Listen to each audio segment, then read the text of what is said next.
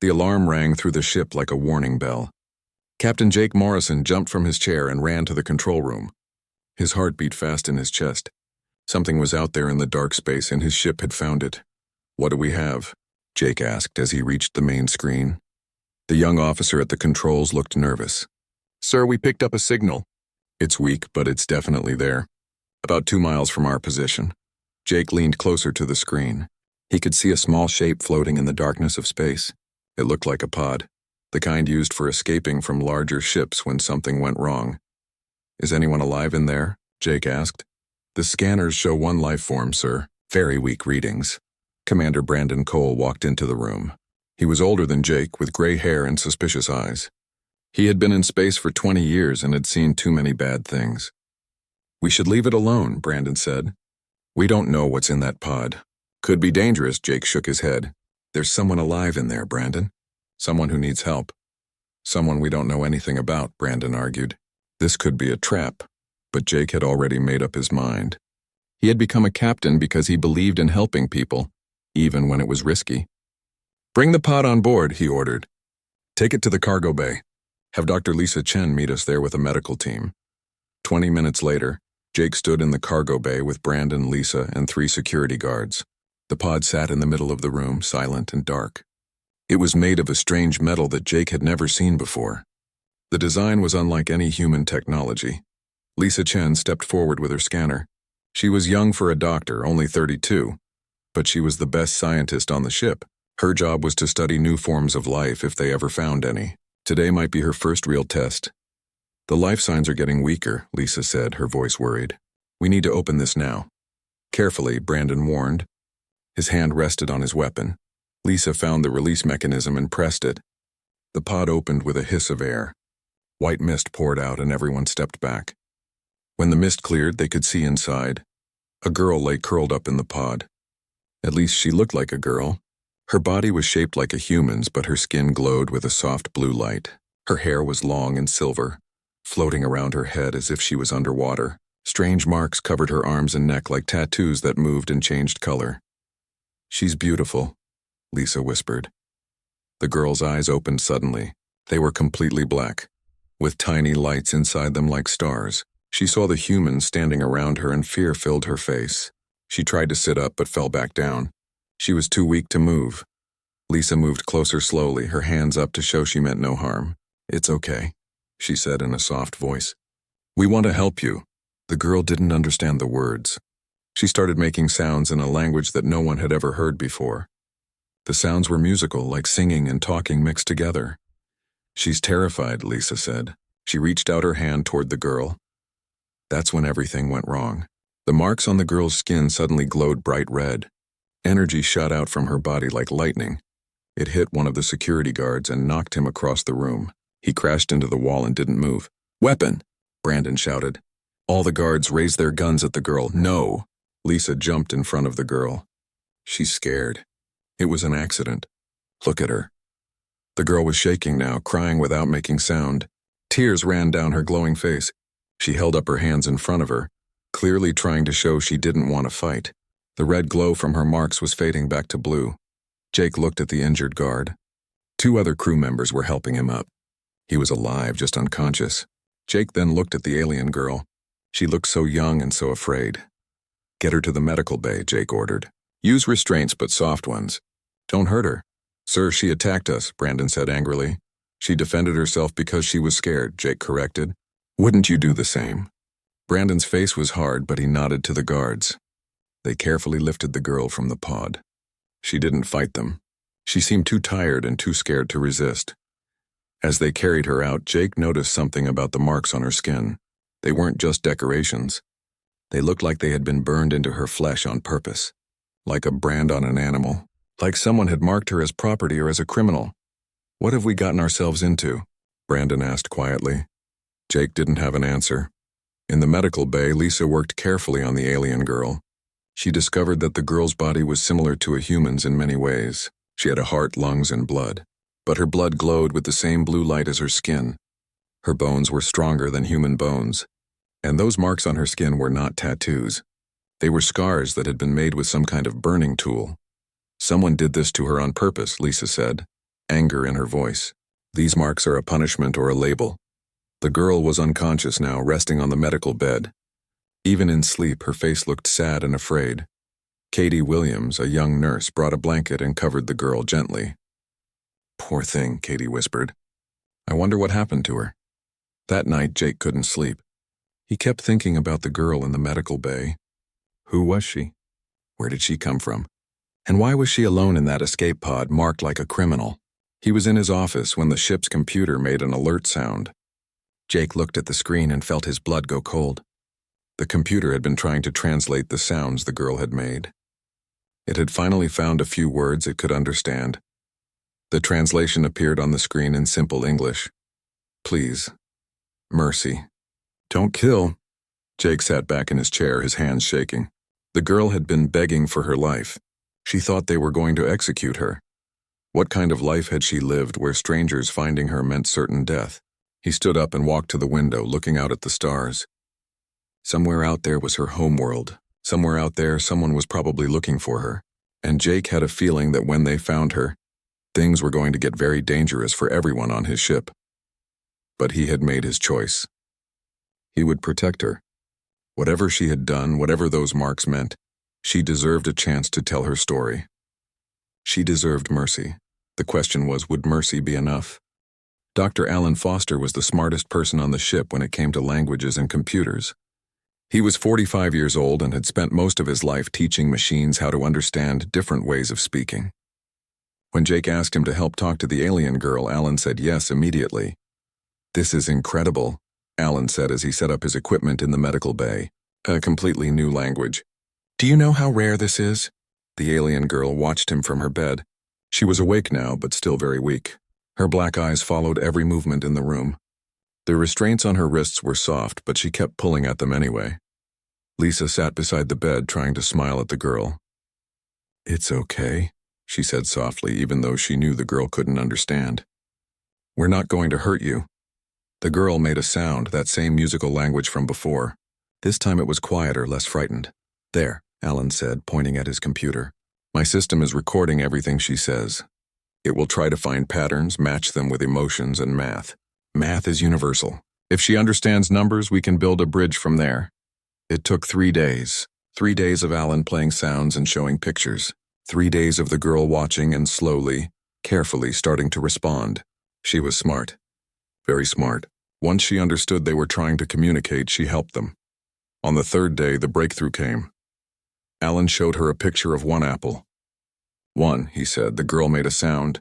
He showed her 2 apples. 2. Another sound. By the end of the hour, they had numbers. And with numbers, they could build questions. Simple ones at first. "What is your name?" Alan asked, using the words his computer had built from her language. The girl's eyes went wide.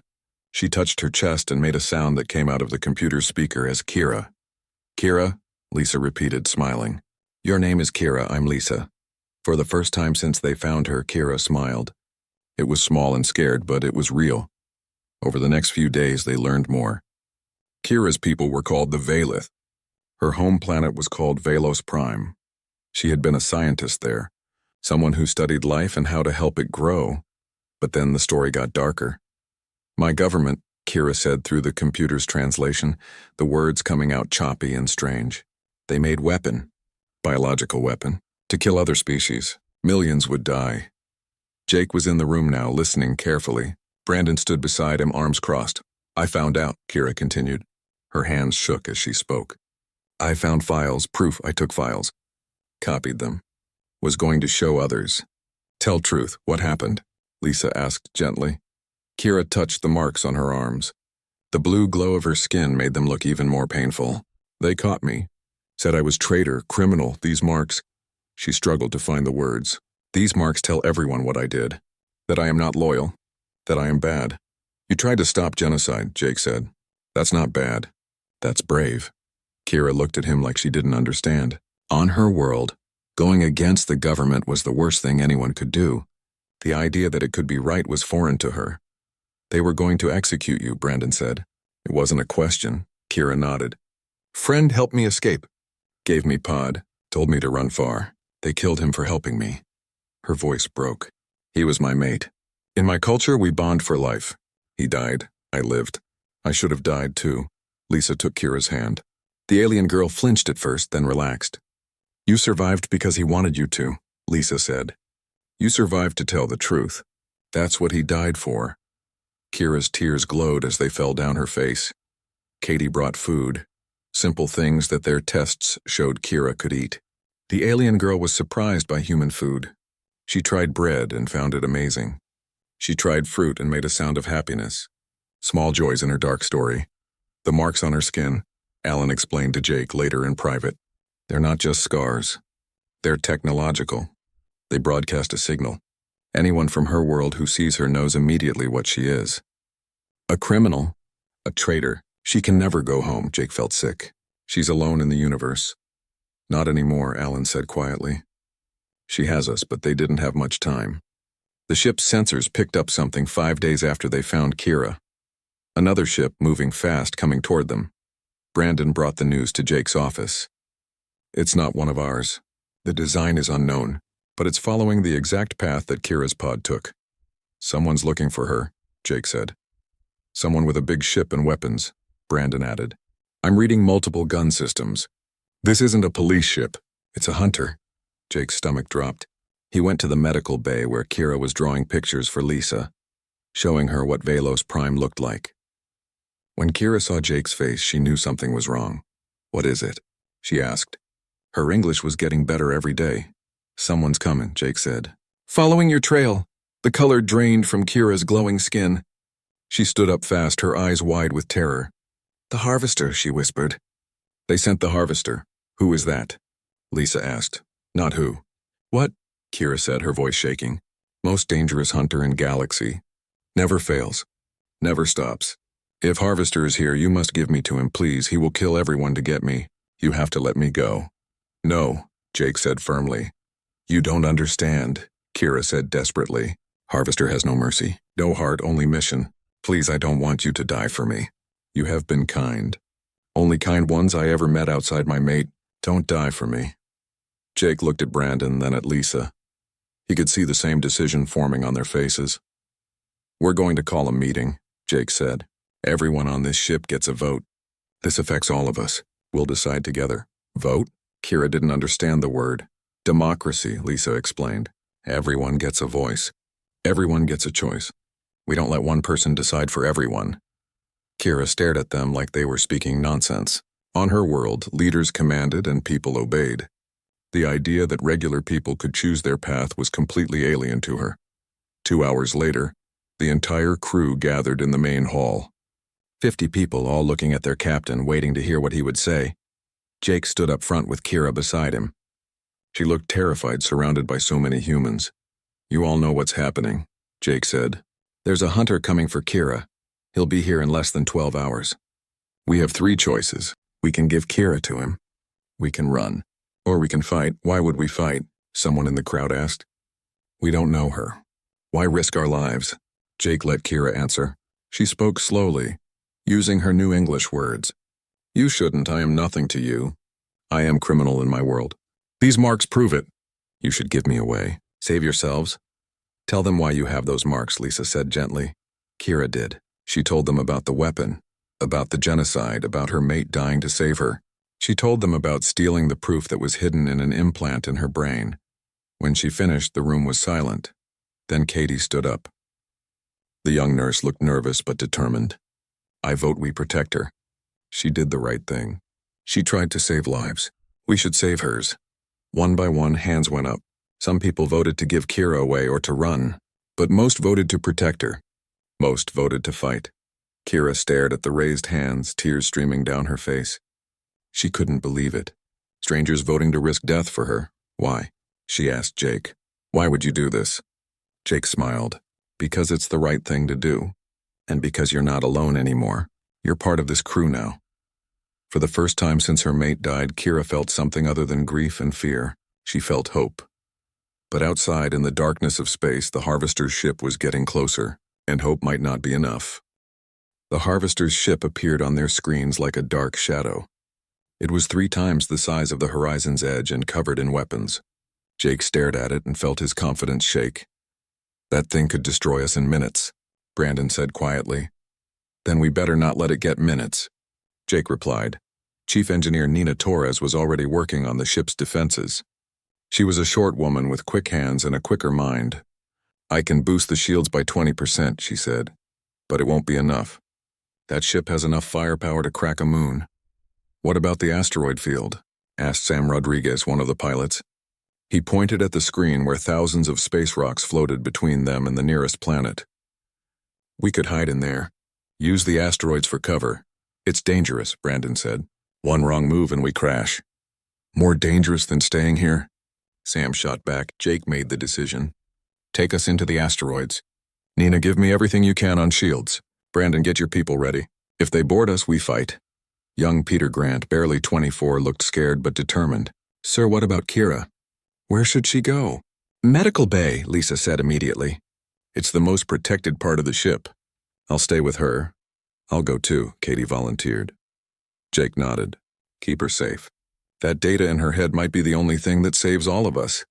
A voice crackled over the ship's communication system. It was cold and mechanical, speaking perfect English. Human vessel. You have something that belongs to my employer. Surrender the Valeth criminal and you may leave unharmed. Jake picked up the communicator. This is Captain Jake Morrison.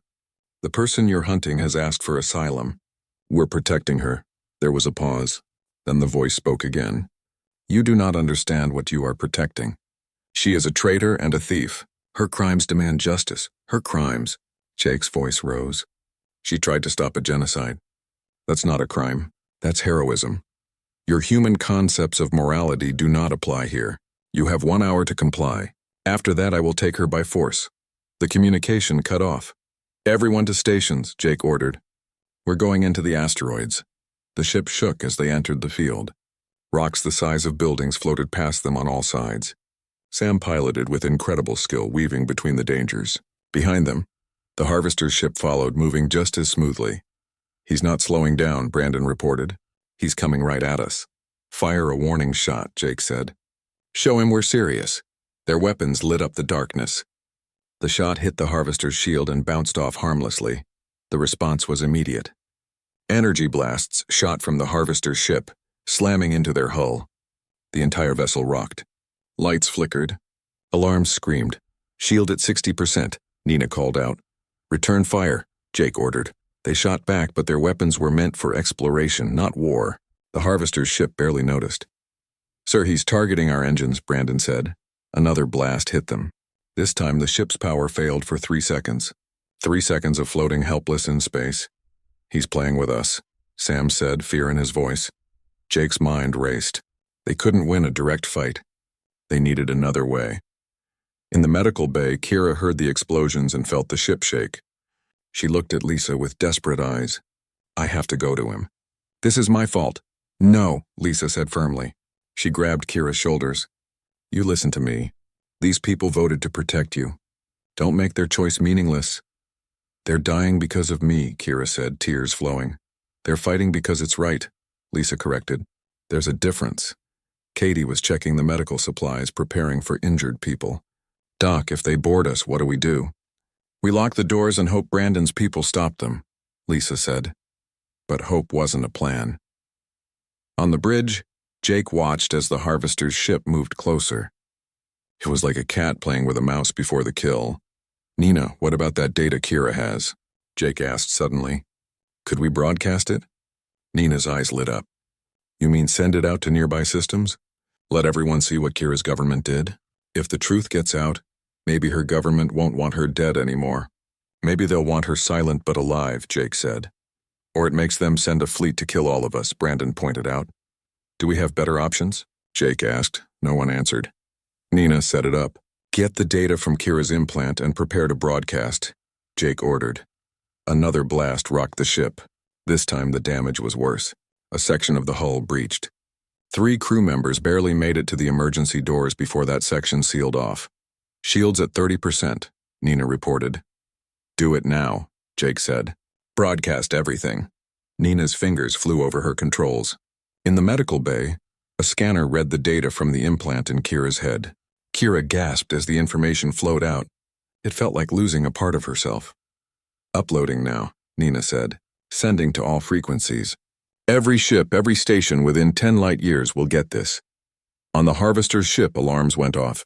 The bounty hunter called Zektor stared at his screens as data flooded local space. Files, videos, evidence of planned genocide.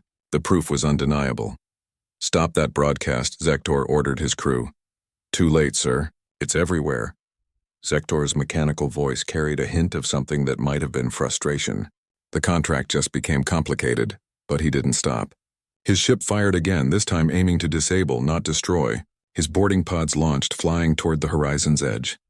They're boarding us, Brandon shouted. He grabbed his weapon. All security teams, defensive positions. The pods hit the hull and burned through. Zektor's soldiers poured in, aliens of different species, all heavily armed. They moved with military precision through the corridors. Brandon's people fought back. Diane Mills, a Marine with 15 years of experience, took down 2 soldiers before they even knew she was there. But there were too many invaders. Fall back to Section C, Brandon ordered. Protect the medical bay. The fighting was brutal. Humans and aliens crashed together in the narrow hallways. The crew of the Horizon's Edge fought with everything they had. They fought for their ship. They fought for each other. They fought for Kira. Peter Grant, young and scared, still managed to save a wounded crew member, dragging him to safety while shots flew past his head. He had never been in combat before, but he didn't run. In the medical bay, Lisa, Kira, and Katie heard the fighting getting closer. Katie grabbed a medical tool that could be used as a weapon. Lisa stood in front of Kira, protective. "I won't let them take you," Lisa said. Kira stared at this human woman, this stranger who had become a friend. "Why do you do this?" "You could have run. Could have let me go. Why fight for me?" Lisa smiled even though she was terrified. "Because that's what humans do. We fight for people who can't fight for themselves. We stand up for what's right even when it's hard. Especially when it's hard." "This is love?" Kira asked. "What you talked about?" "This is love," Lisa confirmed. "Not romance. Something bigger. Love for justice. Love for life. Love for the idea that everyone deserves a chance." The door to the medical bay exploded inward. A soldier stood there, weapon raised. Behind him, more soldiers. And behind them, the largest alien Kira had ever seen. Zektor had arrived. The Harvester himself stood at the entrance to the medical bay, his armor gleaming, his weapons ready. "Step aside, humans," Zektor said. "The Valeth female comes with me. This doesn't have to end with your deaths."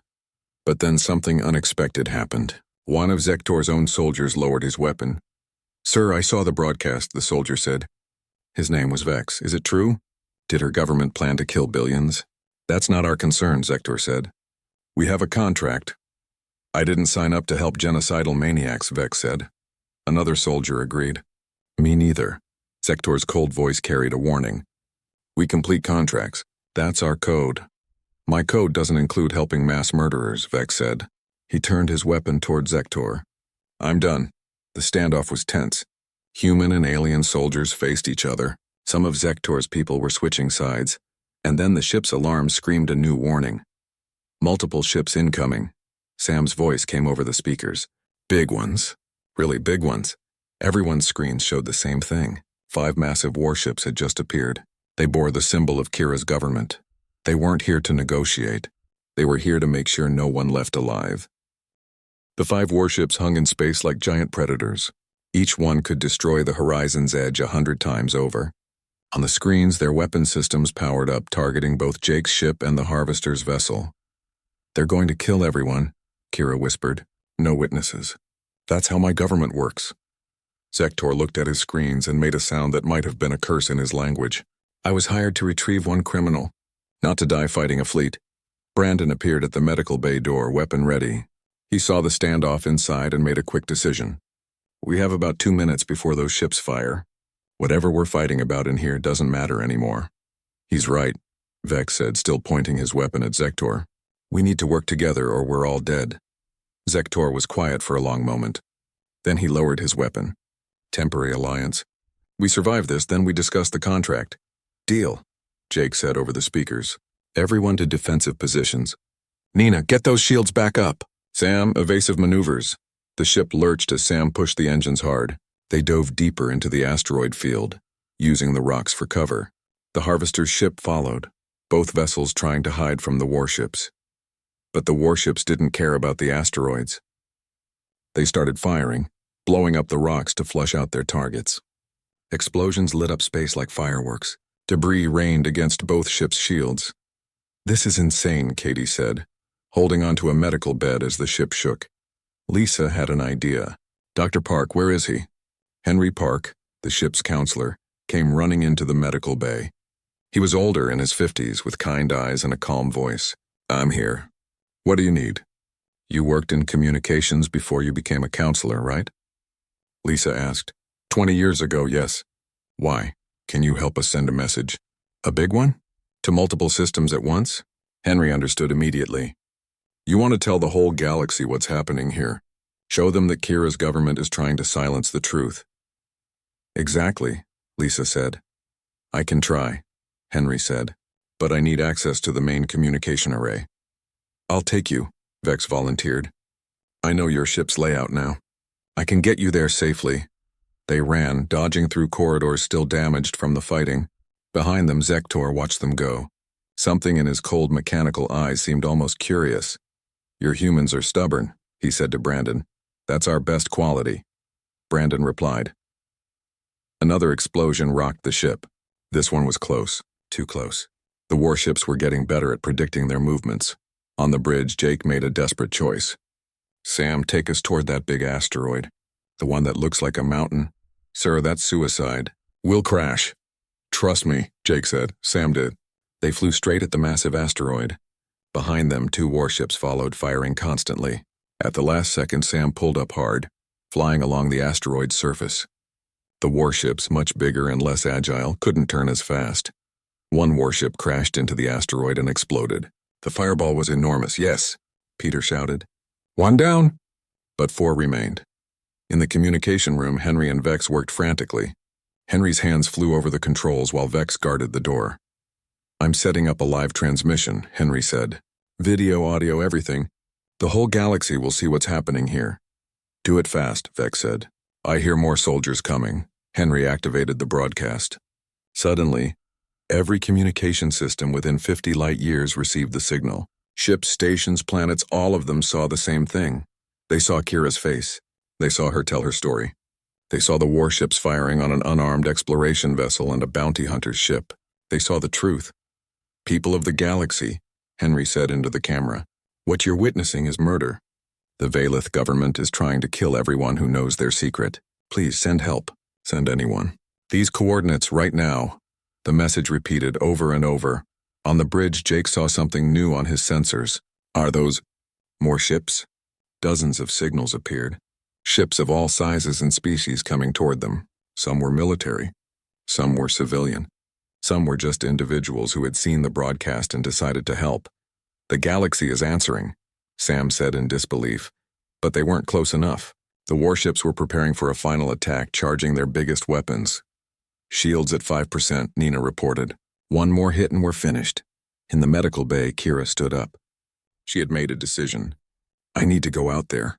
"What?" "No," Lisa said. "They want me." "If I surrender, maybe they'll let you go," Kira said. "They won't," Zektor said. He had been listening quietly. "I know military tactics. They can't leave witnesses. The moment you surrender, they destroy both ships anyway." "Then what do we do?" Katie asked. "We make them regret hunting us," Brandon said. He had an idea. "Zektor, your ship has more weapons than ours. What if we combined our firepower? Hit them together?"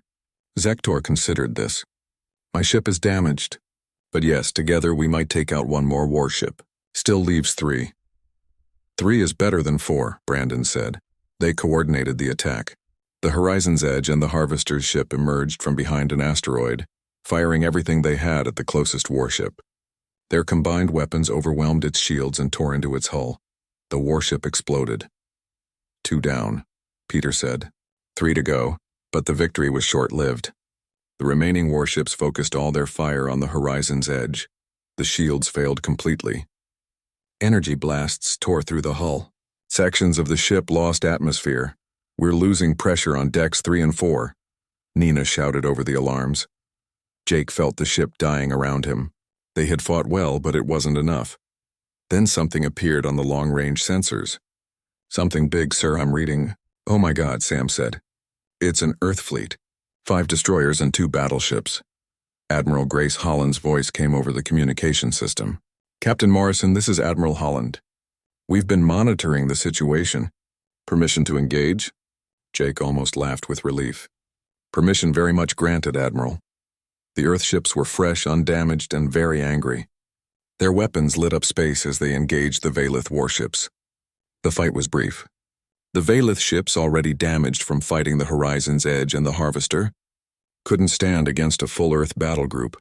Within minutes, all 3 remaining warships were destroyed. The medical bay erupted in cheers. Katie hugged Lisa. Kira stood there, stunned, unable to believe they had survived. "We won," she whispered. "We actually won." Admiral Holland's ship pulled alongside the Horizon's Edge. "Captain Morrison, stand by for medical teams and repair crews. And someone explain to me exactly what's going on out here." As crew members celebrated their survival, another message came through. This one was from Velos Prime. But it wasn't from the military. A Valith in political robes appeared on screen. His name was Ambassador Torin. "People of the galaxy, the government that tried to commit genocide has fallen. We have seen the proof. We have seen the evil, and we have removed those responsible from power. To the human ship that protected our brave whistleblower, thank you. You have saved our honor." Kira stared at the screen, tears streaming down her face. "My world. They're changing. Because of you," Lisa said, putting her arm around Kira. "You did this." Zektor approached them slowly. The large alien looked at Kira with what might have been respect. "I was hired to kill you. Instead, I fought beside humans to save you. This is the strangest contract I have ever had." "Are you still going to try to take her?" Brandon asked, weapon ready. Zektor shook his head. "The contract was with a government that no longer exists. The debt is void." He looked at his former soldier, Vex. "Besides, my crew has taught me that some things are more important than payment." Vex smiled. "Thank you," Kira said to Zektor. The large alien nodded once, then walked away to check on his damaged ship. As the Earthships began repairs and medical teams treated the wounded, Jake sat in his captain's chair and finally let himself breathe. They had done it. Against all odds, they had protected someone who needed help. They had stood up for what was right. That's what humans do, he thought. That's what we're good at. And watching from the medical bay, Kira looked at the humans around her and finally understood. They hadn't just saved her life. They had taught her something her whole world had forgotten. That mercy was stronger than fear. That love could be action, not just feeling. That standing up for strangers was what made someone truly brave. 3 weeks had passed since the battle. The Horizon's Edge was docked at a human space station for repairs. The crew was resting, healing, and trying to return to normal life after everything they had been through. Kira stood at the window of the station's observation deck, looking out at Earth in the distance. She had never imagined she would see the human home world. It was beautiful, covered in blue oceans and green land, with white clouds floating peacefully above it all. "Pretty, isn't it?" Lisa said, walking up beside her friend. "It's perfect," Kira replied. Her English was almost fluent now. "Is this where you want me to go?" "Only if you want to," Lisa said. "Ambassador Torin sent another message yesterday. The new government on Velos Prime has cleared your name. You're a hero there now. You could go home." Kira was quiet for a long time. "Home," she said finally. "I don't know what that word means anymore." "I think home is where people care about you," Lisa said. "Where you feel safe. Where you can be yourself." "Then Earth is my home," Kira said simply. "If you'll have me." Lisa smiled and hugged her friend. "Always." Admiral Holland had arrived at the station that morning. She was a tall woman with gray hair and sharp eyes. She had spent the last 3 weeks reading reports about what happened and interviewing the crew. Now she sat across from Jake in a conference room. "Captain Morrison, I've reviewed everything," Admiral Holland said. "What you did was reckless, dangerous, and against several regulations about first contact situations." Jake waited for the punishment he knew was coming. "It was also the bravest and most human thing I've seen in my 30 years of service," Admiral Holland continued. "You and your crew have shown the galaxy what humanity stands for. Because of you, an entire government fell and a genocide was prevented. Because of you, we have our first real ally among the Valith people. Jake blinked in surprise. So I'm not in trouble? Admiral Holland laughed. Oh, you're in trouble. But the good kind. You're being promoted to diplomatic courier captain. Your job will be to travel between human and Valith space, helping build the relationship between our species. And my crew? They all get commendations, and the choice to continue serving with you or transfer to other positions. Something tells me most will choose to stay with you. She was right. When Jake told them about the new assignment, every single crew member volunteered to continue on the horizon's edge. Even Peter, young Peter who had been so scared during the battle, stepped forward. Sir, I want to join the diplomatic corps. I want to help build bridges between species like you did with Kira. Jake felt proud. You'll be excellent at it. Brandon pulled Jake aside later. You know, I was wrong about the alien. About Kira. I wanted to leave her in that pod. I wanted to give her to the Harvester. I was so focused on protecting us that I forgot why we're out here exploring space in the first place. Why are we out here? Jake asked. To find friends, not just new territory. To help, not just to take. To be better than we were yesterday, Brandon said. Kira taught me that. She's quite something. She really is, Jake agreed. Zektor's ship had been repaired as well. The bounty hunter was preparing to leave when Kira asked to speak with him one last time. They met in the docking bay, surrounded by human workers and machinery. The large alien looked down at the small Valith female. I wanted to thank you, Kira said. You could have taken me. You could have finished your contract. But you didn't. The contract became invalid when your government fell, Zektor said. I am many things, but I honor my code. And my code says I don't work for war criminals. What will you do now? Kira asked. I'm retiring from bounty hunting, Zektor said. I'm starting a security company. We'll protect people like you. Refugees, whistleblowers. Those who speak truth and need defending. That's a good thing to do, Kira said. I learned it from humans, Zektor replied. They have strange ideas about mercy and justice. But perhaps those ideas are not so strange after all. Vex and the two other soldiers who had defected were joining Zektor's new company. They waved goodbye to the Horizon's Edge crew as their ship departed. 6 months later, Kira stood in front of a classroom. Half the students were human. Half were Valith, young people from both species learning together. Lisa sat in the back watching her friend teach. My people have a saying, Kira told the class. We mate for life. We bond to one person and that person becomes everything. For a long time I thought that was the only kind of love that mattered. She touched the marks on her arms. They glowed softly blue, no longer scars of shame but badges of honor. The new Valith government had officially declared that anyone bearing such marks should be respected, not feared. But humans taught me something different, Kira continued. They taught me that love is bigger than one person. Love can be for strangers. Love can be for ideas. Love can be for justice and truth and mercy. And that kind of love can reproduce itself. A human student raised her hand. What do you mean, reproduce? Kira smiled. When you show someone mercy, they learn to be merciful. When you fight for justice, others learn to fight too. When you love without expecting anything back, that love spreads to more people, it grows. It reproduces like life itself, creating more and more until it changes the whole galaxy. She looked at Lisa, who smiled back at her. A human captain and his crew showed me mercy when I begged for it. They could have given me what I asked for, a quick death. Instead, they gave me something better. They gave me love. Not romance. Something bigger. They loved the idea of justice enough to fight for it. They loved the idea of mercy enough to risk their lives, and they taught me to reproduce that love, to pass it on to others. After class, the students from both species talked together, laughed together, planned projects together. Kira watched them and felt her heart swell with pride and joy. Lisa walked up beside her. You're changing the world. Both worlds. We're changing them together, Kira corrected. That's what friends do. Sisters, Lisa said. Sisters, Kira agreed. That night, Kira wrote in her journal something Lisa had taught her to do. She wrote about her journey from being a scared criminal running for her life to being a teacher building bridges between species. She wrote about her mate who had died to save her, and how she honored his memory by fighting for the things he believed in. She wrote about the humans who had shown her that family wasn't just about biology or bonding. Family was about choice. about standing beside someone even when it was hard. She wrote about love, the kind of love that grows and spreads and reproduces itself across the stars. And she wrote about mercy, how it was the strongest force in the universe, not because it was soft, but because it changed people. It transformed them.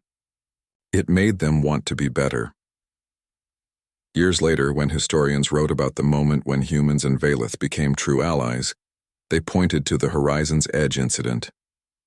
They talked about Captain Jake Morrison's bravery and his crew's sacrifice, but Kira knew the real story. The real story was about a girl who begged for mercy and received love instead, not romantic love. Something bigger, something that could be taught and shared and passed on forever. She had asked for death and received life. She had expected execution and received family. She had been prepared to die alone and instead found a whole galaxy of people willing to stand beside her. That was the human gift. Not mercy. Not really. The human gift was teaching others how to love big enough to change the universe. And Kira spent the rest of her life reproducing that gift, spreading it to every species and every world she touched, because that's what love does.